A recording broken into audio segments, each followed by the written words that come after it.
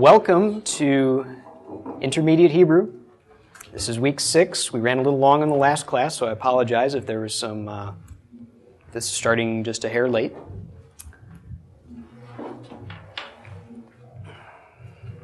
So this week, we are going to talk about prepositions.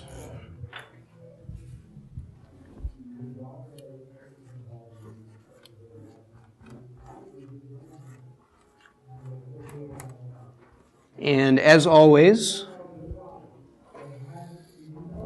the notes for this class and all past classes can be found at theregathering.com/page/PFT Hebrew 2.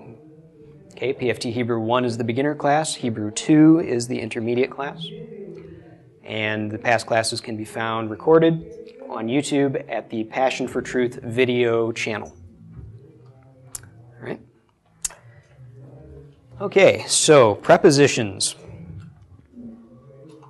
Preposition in Hebrew is just like a preposition in any other language, but you may not know what a preposition means. I didn't until I studied Hebrew. Preposition is, it's a little difficult to define, but it's basically a word that indicates direction. Okay, so a word like to, from, or relation, really. Under, over, between, next to would be a prepositional phrase. Okay, anything like this, any word of this nature would be a preposition. Okay, describes the relation of one word to another. Okay, and there are many more prepositions than these.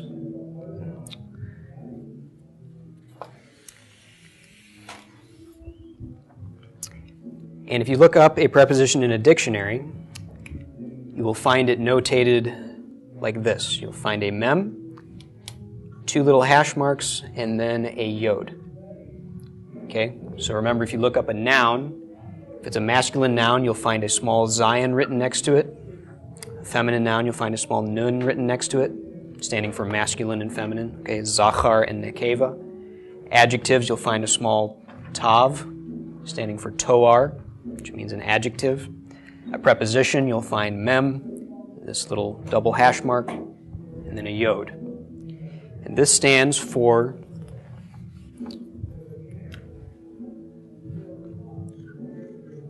the phrase milat yachas. And you don't need to know this in particular, just be aware of what this little mem yod means. Milat yachas means a word of relation.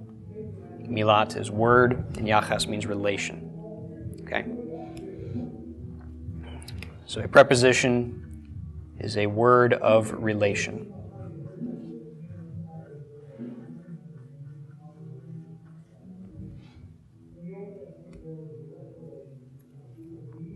Okay?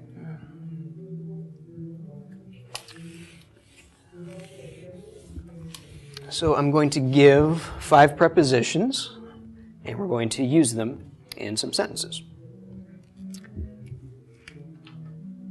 And they're listed on your sheet. I'll write them up here too. We've got ayin lamed with a patach under the ayin. This is pronounced al. Al. And al can mean on or over, on top of. Okay, the idea is something. If we have a house here, and a man on the house, okay, this is the idea of al. Okay, on top of. Okay, now he could be levitating over the house, he could be standing directly on the house. As long as he's vertically above it, he is al, the house. Yes?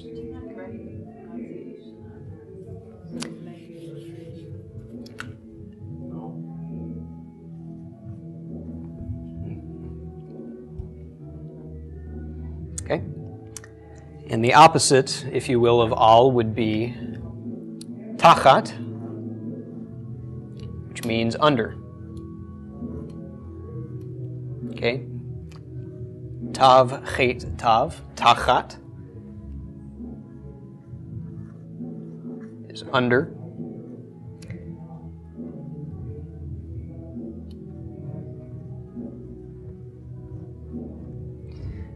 I won't draw a picture of a man under a house, but perhaps under a tree.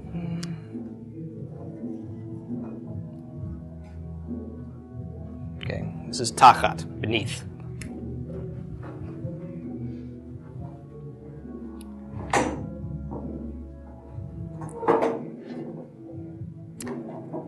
Okay. Now, unlike adjectives, prepositions do not need to match the gender or number of anything. Okay, prepositions are what they are, and they stay the same all the time. Okay, so all is always all, tachat is always tachat. Okay, it doesn't matter if it's applying to a masculine or feminine noun, it doesn't matter if it's applying to a singular or plural. They remain the same. Okay?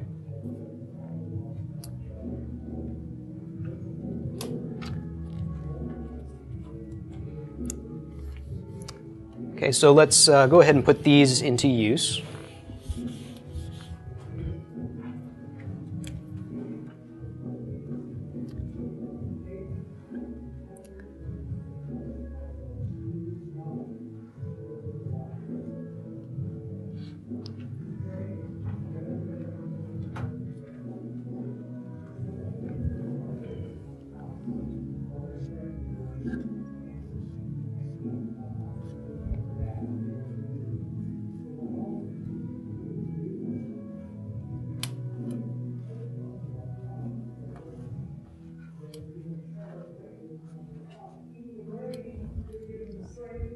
Okay, so here we go. Ha'ish al habayit. Okay, ish is man, and we're adding the he being the definite article, the word the in front of man. So I'll get that hyphen out of there. Okay, so we've got the man. Actually, I'll go ahead and write this out in English, left to right down here. Okay, we're starting with the man. Remember that is invisible in Hebrew. There is no is, so we have to insert it from context. Okay, so we wouldn't say the man on, but the man is on. Bayit is a house, and the he in front gives the definite article. So this entire sentence is the man is on the house. Okay, so here's it in a Fiddler on the Roof looking form. Okay.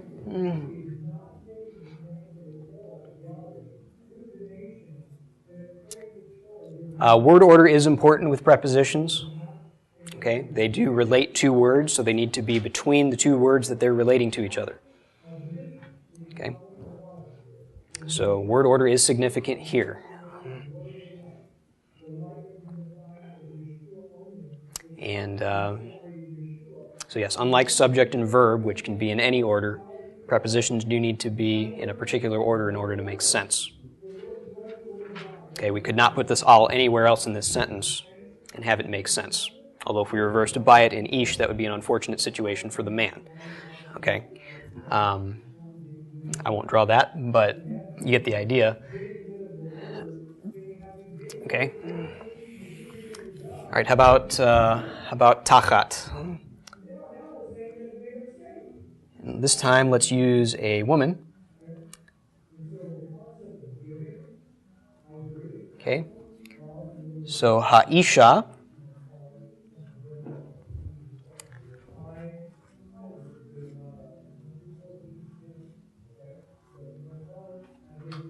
Tachat. Okay, the woman is under, and let's put her under the tree. Ha'etz.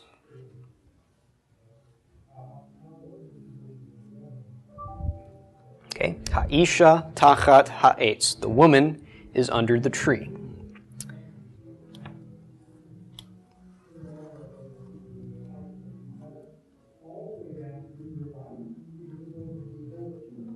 Okay. This well-dressed woman here is happily under the tree.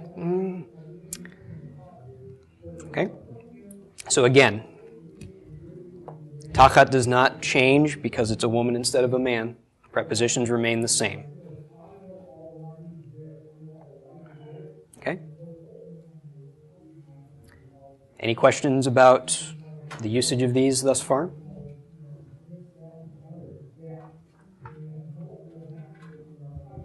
Okay. So we've got al, which is on top of, tachat, which is underneath. And I will mention these words have metaphorical meanings as well. You'll see them used in other senses than literally being on top of or underneath. I'm not going to go into those right now. I'm just going to use them so that you can use them in a sentence. But in the scriptures, you'll find a lot of metaphorical uses of these phrases. Okay, where literally being on top of whatever it's talking about makes no sense at all. It's a phrase, an idiomatic phrase. Okay, but it does. Its literal meaning is to be on top of. Yeah, it's actually. It's used. It's right. Yeah, exactly. Yeah. On top of all that, we can, in our mind, we can picture this image of problems or whatever being shoveled on top of somebody, but literally that doesn't make any sense. Okay. But we understand kind of how it functions. Hebrew, it can even mean concerning. Okay, so in the sense that we use the word about, it can mean that as well. But for our purposes right now, it's just going to mean literally on top of. Okay, upon. All right, so that's al and tachat, upon and beneath, or above and beneath. All right.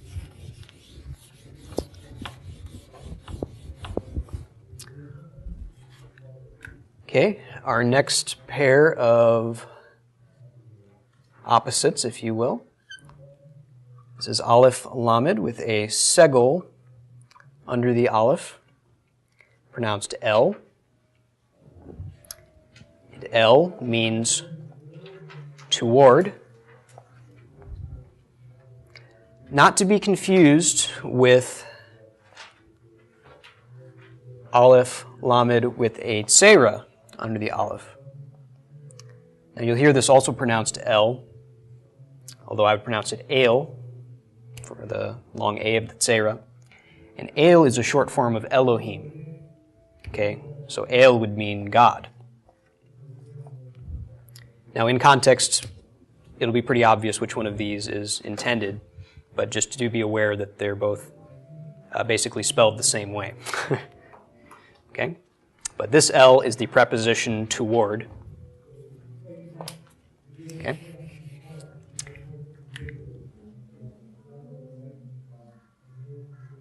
And a mem with a chirik followed by a final nun. Min. Okay? Min means from. All right? So toward and from. Or, well, it depends what you're going toward and what you're going from. So,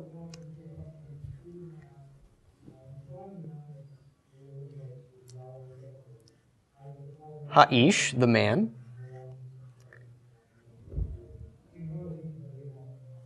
Ba is coming. Okay, remember Ba from a few weeks ago. Okay, is coming. Okay, so the man is coming. El Habayit.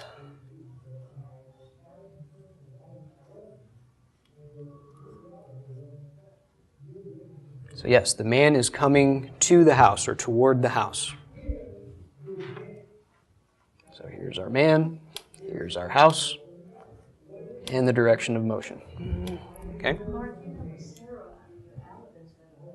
I'm sorry, you're quite right. This should be a segol. Thank you for the correction. Yes, no, that wouldn't make any sense. No, this is the man is coming toward El, the house. Yes, good catch. Well, yes, in fact, the phrase Bethel or Beit El means house of God, where Jacob had his dream. So yes, ha'ish ba el habayit, or we could say ba ha'ish el habayit, since the subject and the verb can be in either order. Okay, but the el definitely must go between. Ish must be before, and bayit must be after, because otherwise it's the house is coming toward the man, and that's a bad thing. So, okay. Yeah. Okay, so now let's use mean.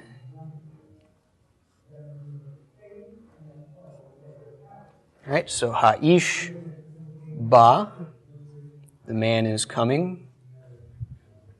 Mean habayit.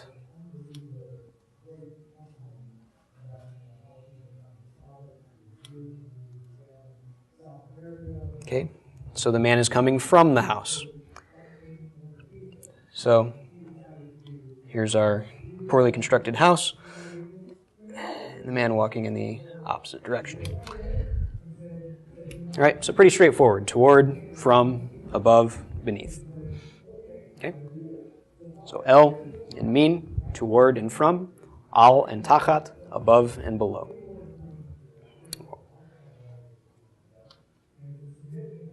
And you'll notice I'm using multiple terms, above, on top of, upon. It's because you can use any of those in translation. And they all mean basically the same thing, below, underneath. Okay, and they'll be used in every one of those senses in the Hebrew. Okay, so I'm not just being wishy-washy about it. I'm using those on purpose to kind of illustrate that you're going to find all of those translations for these words.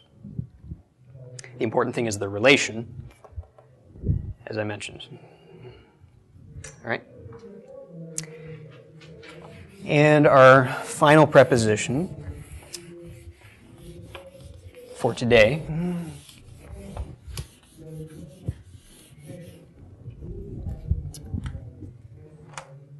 is spelled kaf with a shva, mem,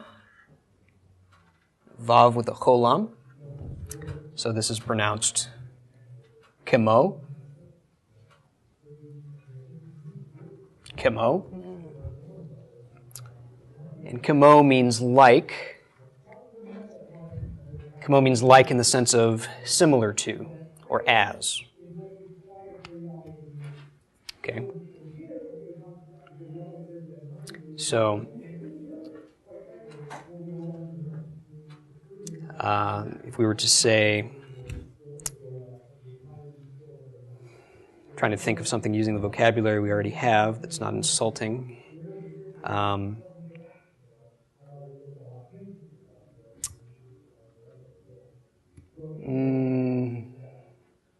Let's see, house is like, maybe I'll just introduce a new word.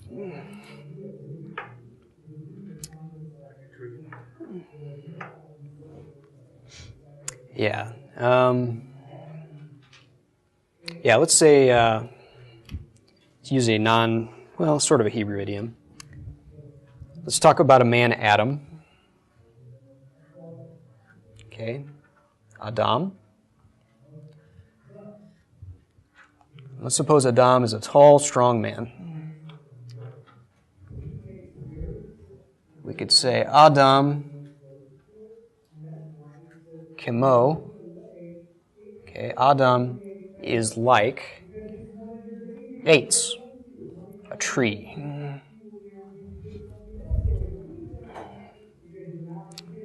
So we'd either mean that he's stationary or that he's tall and strong. Okay? So that'd be the translation here. Adam is like a tree.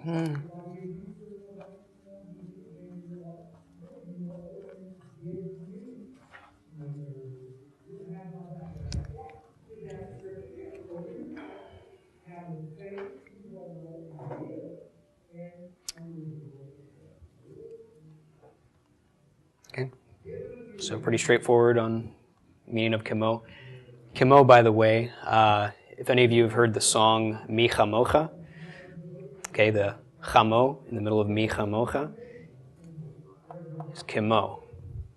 It means who is like you. what that phrase means.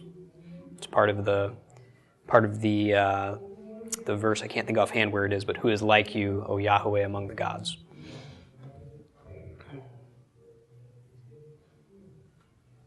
Okay. So any questions about kamo or any of the other prepositions?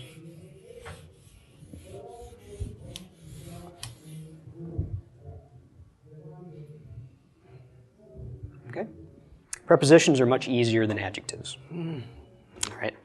And adjectives aren't that tough once you get the hang of them, but there's a lot less to remember with prepositions. You just need the meaning, and off you go. Okay.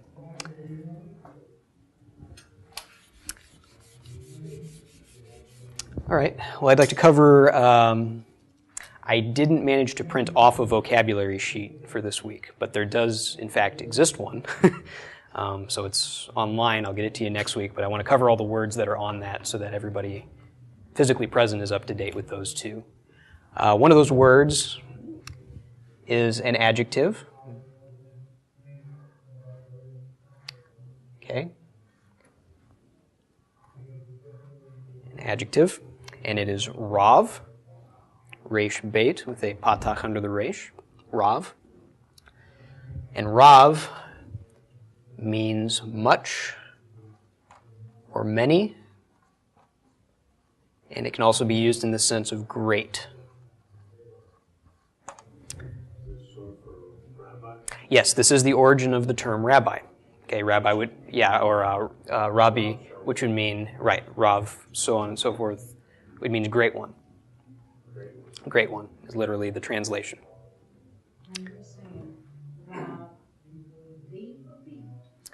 Rabbi would be Rabbi. Okay, but if you're to say rabbi, so on and so forth, you'd say Rav. Name, insert name here. Yeah, rabbi is an English pronunciation.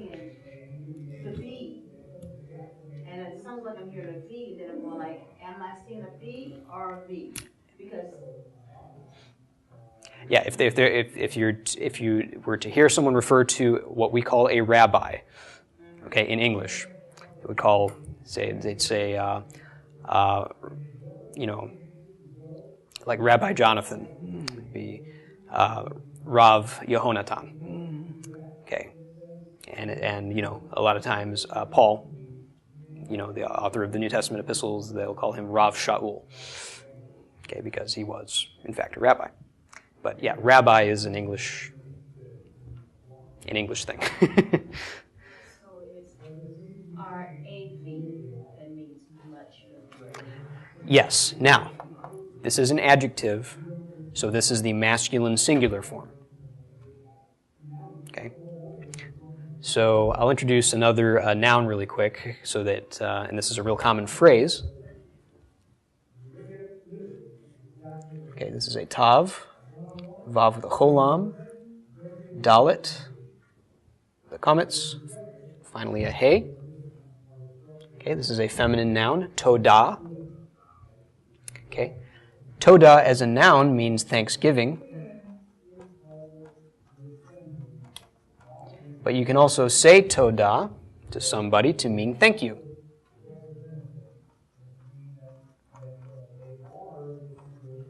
Okay. So, if we wanted to say thank you much, or thank you very much,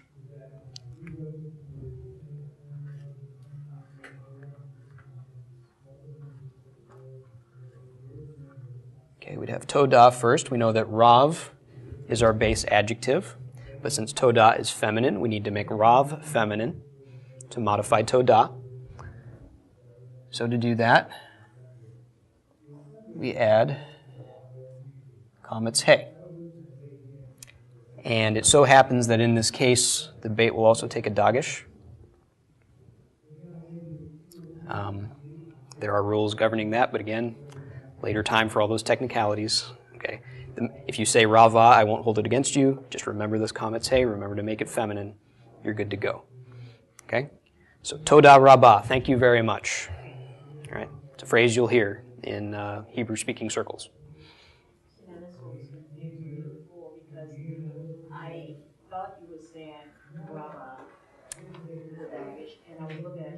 Ra or the V. That's right. And that's what was turning It's me because the Dagesh comes and goes depending on how the rules work with that. Okay, if you're getting it in the right form, though, that's what counts. You won't really find a word that means something different with a Dagesh than without a Dagesh. Occasionally you will. Okay, but it'll be a real subtle difference.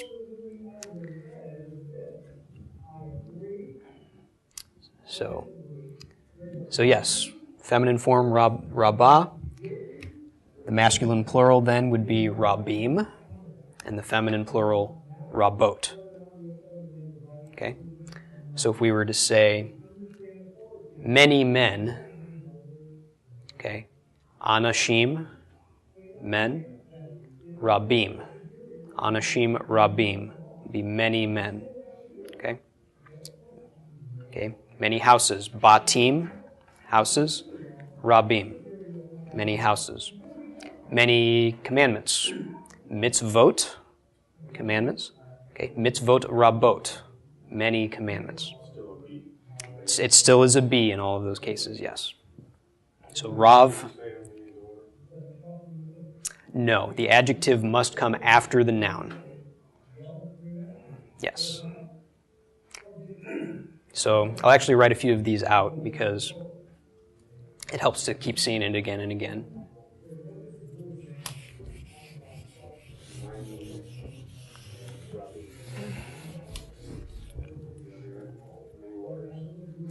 Yes, many waters would be Mayim Rabbim, right. Or even, in that sense, since Mayim could be considered singular, you could even call that great waters. Yeah, Mayim is one of those funny ones because it could go either way. You could use it in the singular, or you could use it in the plural. Like in the phrase Mayim Chayim, living waters. Okay. So,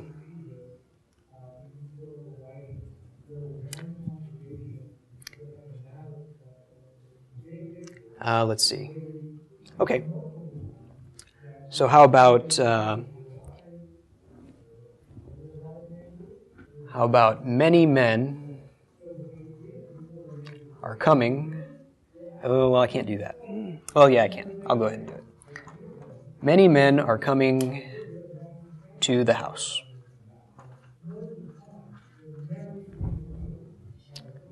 Okay? So many men, Anashim is men.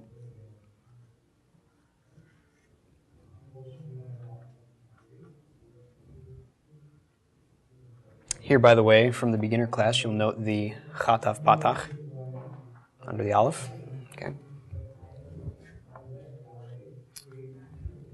Okay, so Anashim, Rabbim, many men.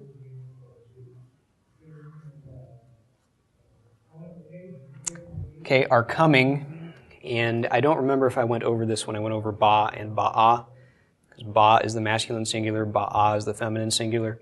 Okay, the masculine plural would need to apply here because we have a masculine plural subject. Okay, who's coming? Many men. Okay, so we use the form Ba'im. And this really illustrates the parity with these forms. Anashim, Rabbim, Ba'im.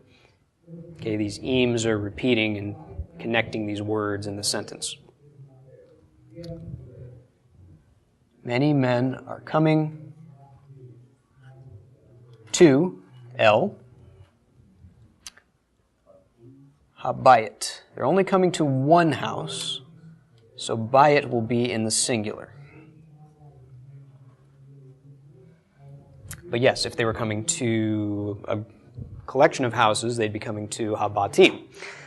Okay?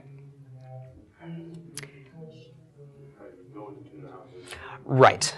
Yes, going might be a better... Well, coming if we're at the house. If we're at the house, then they're coming. But okay. So, Anashim, Rabbim, Ba'im, El Habayit.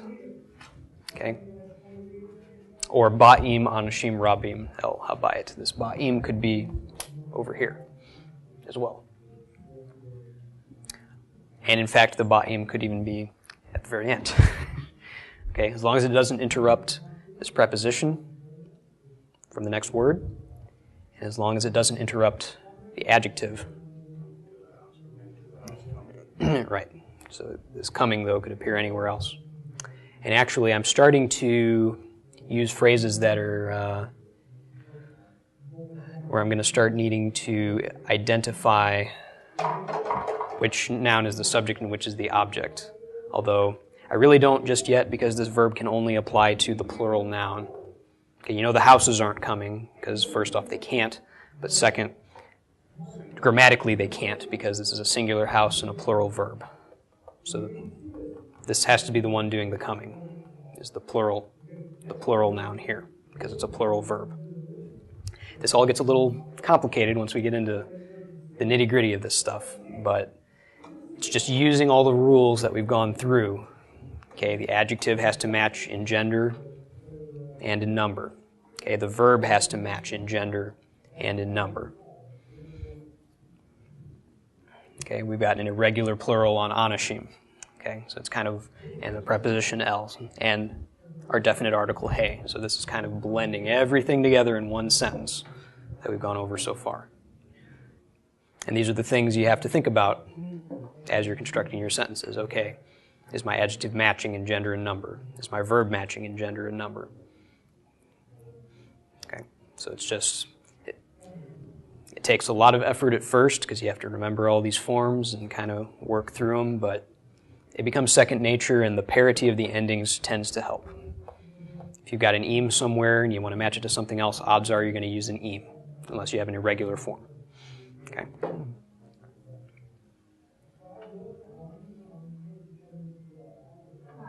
Yes.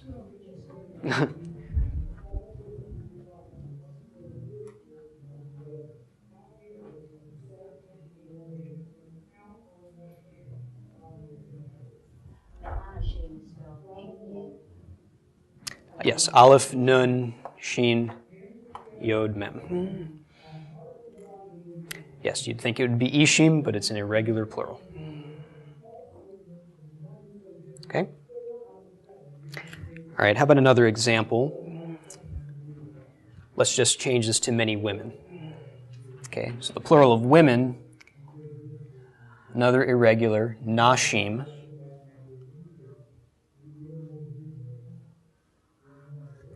Okay, so this is irregular, again, for two reasons. Number one, this nun appears out of nowhere. Okay, isha has no nun. Okay, but the plural of isha is nashim. So it's irregular for that reason, and it's irregular because it takes an eem ending even though it's feminine. Okay, so this is still a feminine plural. So if we're to say many women, we still have to use a feminine plural to match. So we use rabot. That's right. So this is where the irregularities get confusing. But again, they are irregular. It's just certain very common words have irregularities like man and woman.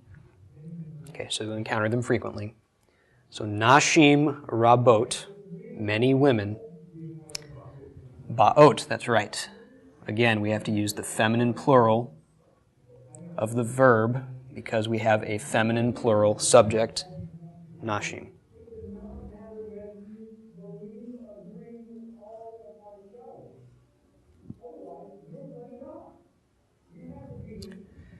Okay? And yes, this remains exactly the same. El habayit. Because the El does not change, and the bayit isn't changing genders or numbers. It's still a house, regardless of who is coming to it.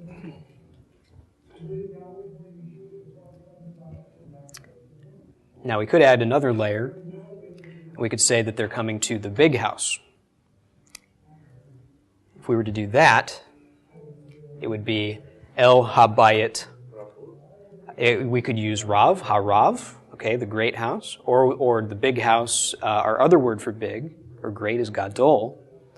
Okay, so we could say Nashim Rabot, many women, ba'ot are coming, el habayit hagadol, to the big house.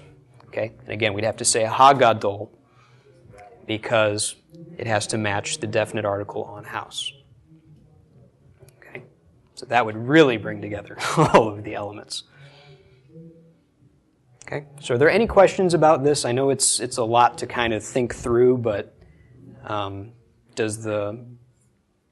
the rules making sense? You can kind of see them in action. No such thing as a bad question at this point because this is where it gets sticky. Okay, but the rules are consistent. It's just a matter of processing them.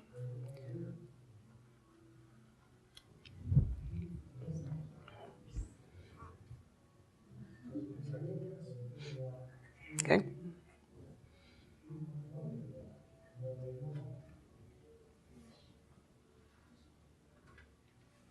That word for horse, is that sus? Sus, yes. Sus is the word for horse.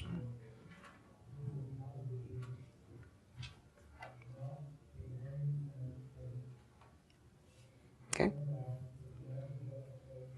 Would anyone like any more examples that help clarify anything, or would it just be more confusing?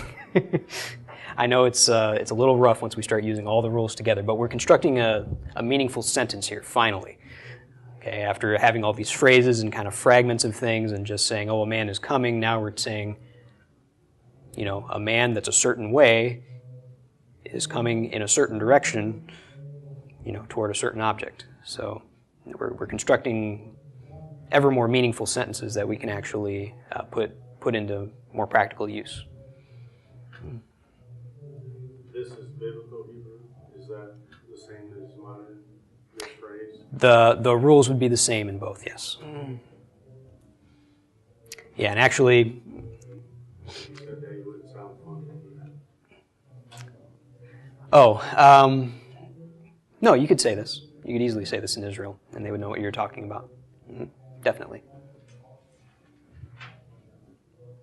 As long as they knew what the house was. That might be a little unclear if you're just talking about... Right, yeah. Right, yeah, you'd have to... In order to be, for it to be a kind of good... Yeah, good grammar or good,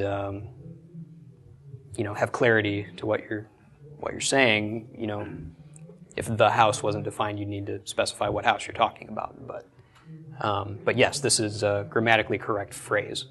Now, I would probably actually insert one other thing in this, but we'll cover that at another time. I think this is, because of the difference, well, I think this works. Okay, there's one other thing I would put in just to be totally technically accurate, but this would be understood. Okay. All right, well, we'll come back to this and use a few more examples later. I want to cover one other concept. Excellent question.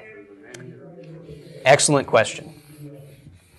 So if you're going to use multiple adjectives to describe one word, what order do they go in?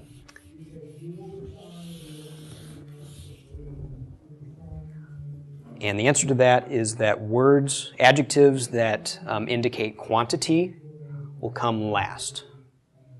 Okay? So yes.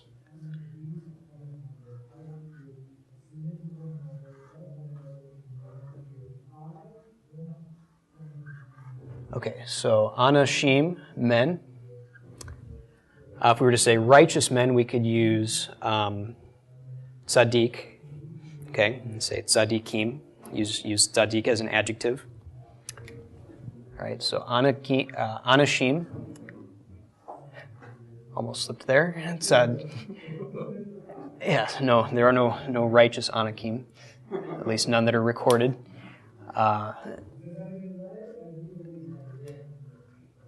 Okay, so anashim, tzaddikim, righteous men. If we want to say many righteous men, we put the term that indicates quantity at the end. So Anashim, Tzadikim, Rabim.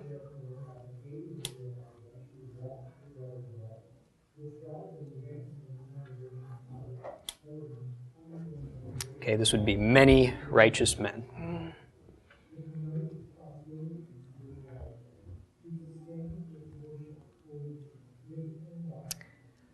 And if you want a string of adjectives that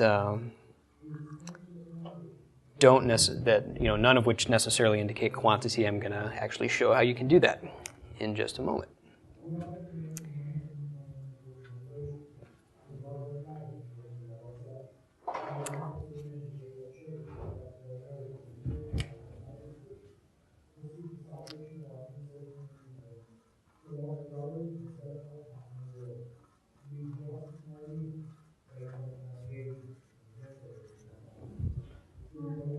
Why does the dagesh disappear from the bait when you just use it as rod or when you just use it as for many or much? When you So, preposition, why did that dagesh disappear? okay, so why is the dagesh there or not there in specific cases? Was the dagesh hidden? The dagesh appears as, okay, just a brief summary of how a dagesh works. When a letter appears at the beginning of a syllable, it tends to take a dagesh. Okay, so in the case of Rav, the bait is at the end of a syllable, but in Ra-beam, it begins the syllable beam. Okay, so that's a general idea of kind of how a dagesh functions. There's more to it than that, but In essence, could you be saying that, what are you saying? That V is never at the end of a Hebrew word? or that a B rather, that you'll never find a Hebrew word that ends with a with a letter. You'll never find a dagesh at the end of a Hebrew word. That's right. So you'll never find a bait with a dagesh, or a kaf with a dagesh, or a you will find a tav with a dagesh at the end of a word, but in our dialect it doesn't make any difference. So yes, the dagesh appears at the beginning of a syllable only. It will not appear at the end of a syllable. But we'll get into that at a future date. At this point, it's easier to memorize words that have it than it is to memorize the rules, because you'll spend, on top of deciphering this entire phrase and getting the gender and number of everything right, then you'll be worrying about how the syllables all break down and where the dots go. And that's just, to me, that's just too much to try to do all at once. But some people perhaps can handle it. But I always got tripped up when I was focused so hard on those little technicalities and missed the bigger picture. So.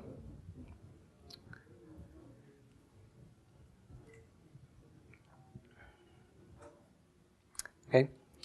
So that's many righteous men. Okay, next topic is using the letter Vav as a prefix. Okay, so we all know the letter Vav, okay, which we were pronouncing as a V. The Vav as a prefix means and. Okay, so we'll remember the He as a prefix is the definite article, means the. Okay, so Bayit is a house.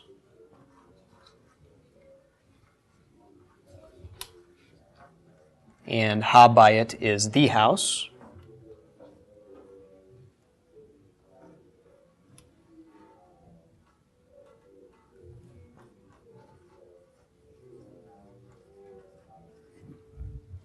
Okay?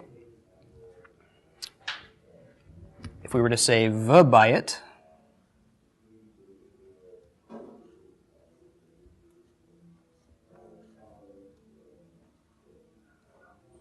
be part of the phrase, and a house.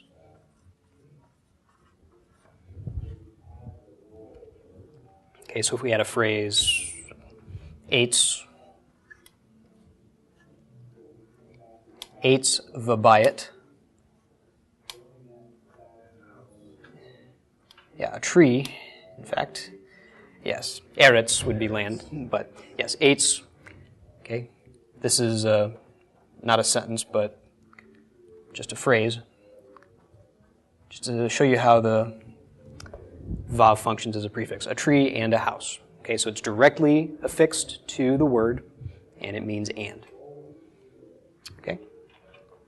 You will see this all over the place.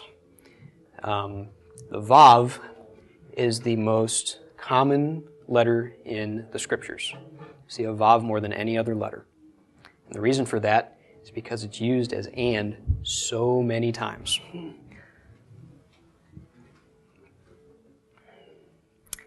And it doesn't always mean and in a absolute sense. Okay, sometimes it's just used as a general conjunction, connecting one idea to another, but perhaps not with the same force as the English word and.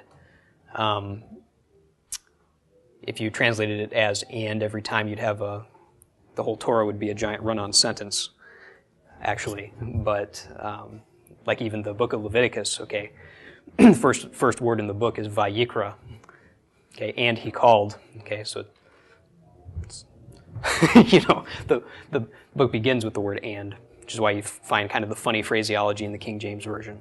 See the ands all over the place. Well, that's where they're taking it from, is these vavs. Okay? So to use it in an actual sentence,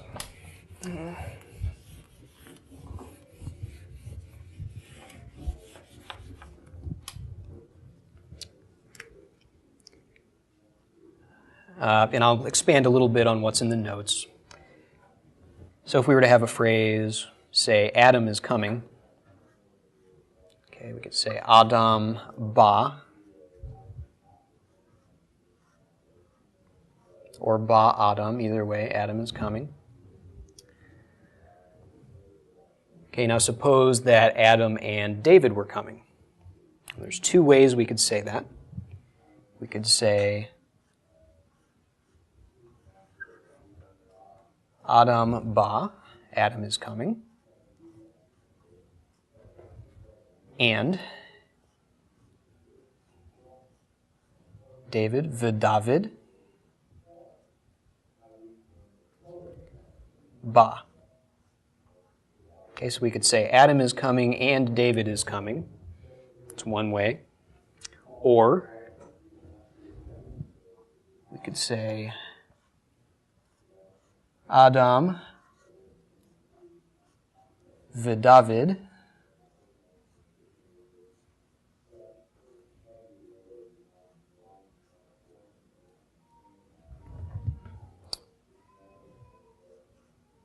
ba'im. Now, why are we using ba'im?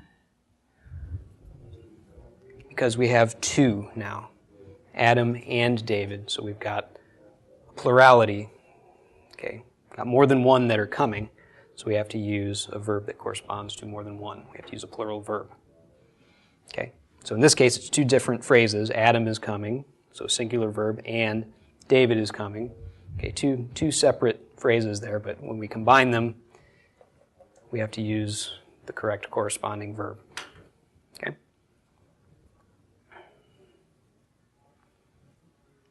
And this can also be used to string adjectives together.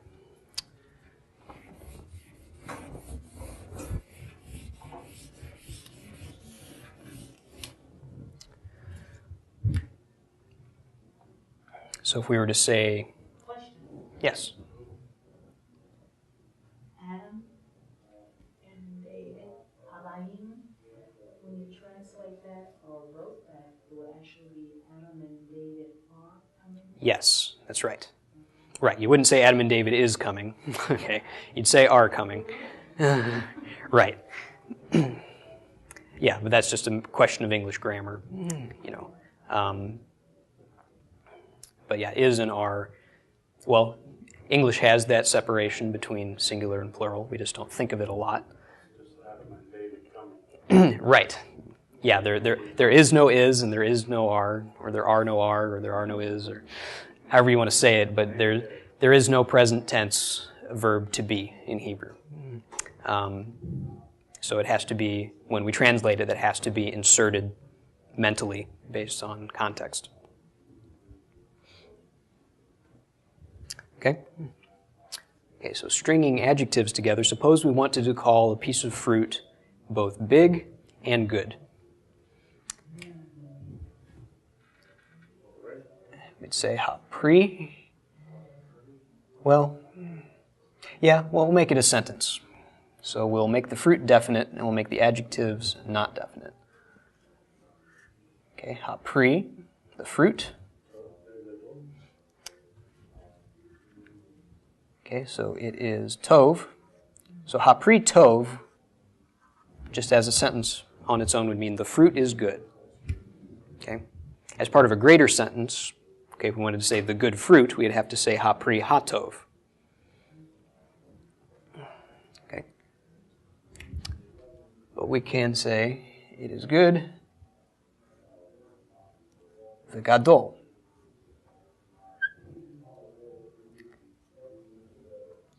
This is kind of a clumsy phrase, though. You won't find this a whole lot, but it can be done. You will find it some, though. I'm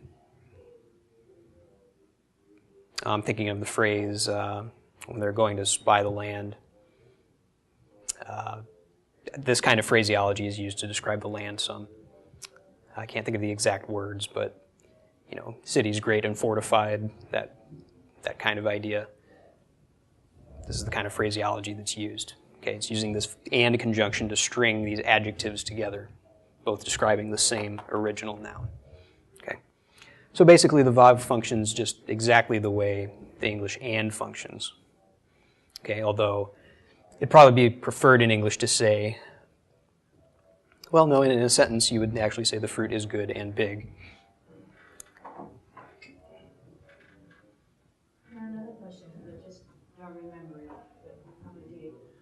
When that vav is used as and, it always has that shavah in it. Okay, good question. Does the vav always have a shavah under it when it's used as a prefix? The answer is no. But it does very frequently have a shavah underneath it when used as a prefix. You will see other vowels too. I'll go over that another time too. You'll also see the other two possibilities, or I think there's actually more than this, but you'll find just a shuruk at the beginning, just an oo sound at the beginning, and you'll also find a patach. And I think you can find just about any vowel, because sometimes the rule is that it matches the vowel that comes right after it. So there's all kinds of variations with the vav. The shavah will be more often than not, though. Okay, but there are very, very few words that begin with a vav. So if you find the vav at the beginning of a word, you can be 90% plus certain that it's the conjunction and. Yes? That's right. No, oo, it's just oo. Right. Yeah, not oov, but just it actually starts with a vowel sound. Okay, so if you ever hear that Hebrew words can't start with vowel sounds, it's not true. Yes. Is it generally used as the term and also when it's oo? Yes. Yes, it functions exactly the same way. It's just a matter of it's just like the hey being the definite article. Sometimes the vowel is a patach, sometimes it's a kametz. It doesn't change the meaning. It's just a matter of grammar, a matter of correct grammatical usage. So it means exactly the same thing in either case. Now, a question. Yes. When that vav is doubled in its function, will it be a double vav there, or just still a single vav? So you said sometimes it's like a oo as a sound, and then sometimes it's and. Well, I'm saying this vav prefix, which means and, you'll find it with any combination of vowels. Right. Okay, so you could find it as a shva, you could find it just as a shuruk. I was just reaching out there. Right. And I had being used as a preposition to connect, but I also was part of the next word. Okay. Word that started with So I see. So can it appear in front of a word that starts with a vav? Yes, it will. You'll find a double vav there. Okay. You'll find that very infrequently because there are so few words that actually start with a vav. In fact, one of the only words that starts with a vav is vav. Okay, so if you had, if you were going to say and a nail, you'd say the vav, which would be 3 vavs in a row. Quite a funny word. I don't think that's found anywhere in the scriptures. So,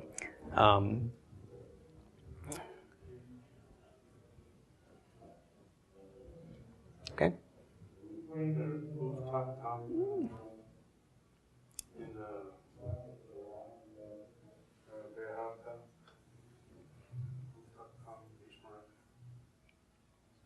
That would probably be in front of,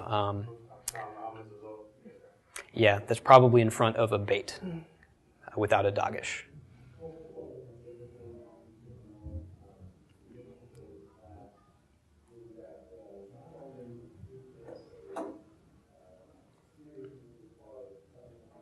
I have a different set of transliteration that's in my head. Right.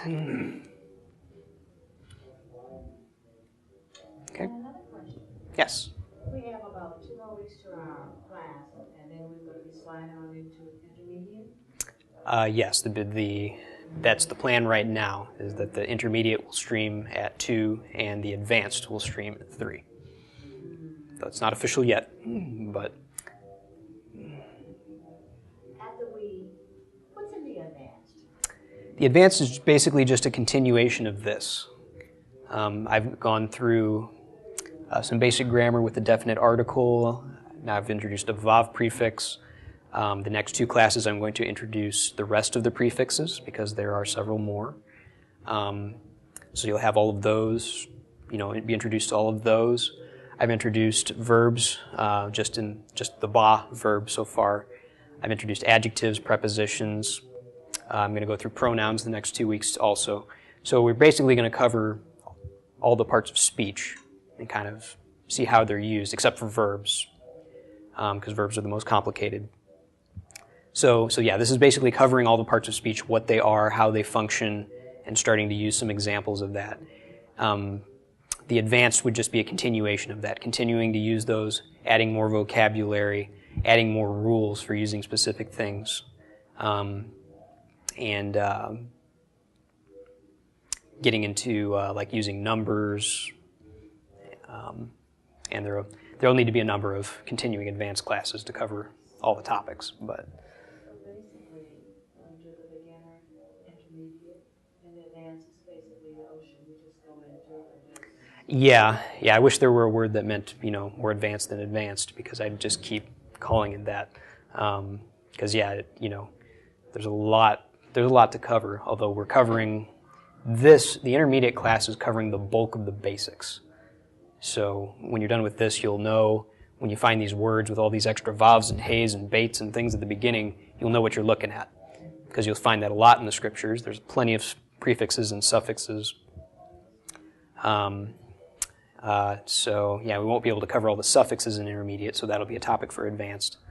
So it'll just keep building on what we've got and keep reviewing, keep expanding the vocabulary, because that's, vocabulary is obviously very important for learning the language.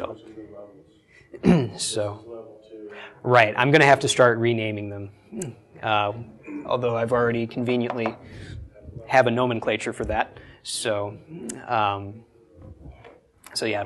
names will probably change a little bit, but so I don't have crazy names like post advanced or something like that.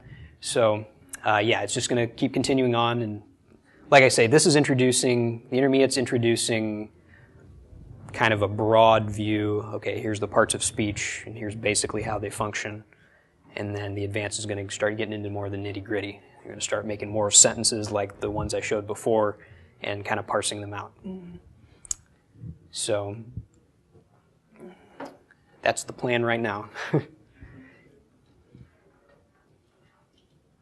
And hopefully, within 2 or 3 advanced classes, maybe even before, we can start actually putting some scriptures up here and parsing those out, interpreting those. It's just that there is a lot of basic stuff you need to know before it all makes sense, before you just get a scripture, down and you understand,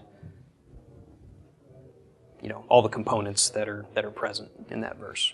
But that is the ultimate goal, is to start, being able to look at verses and translate them. So that's my goal.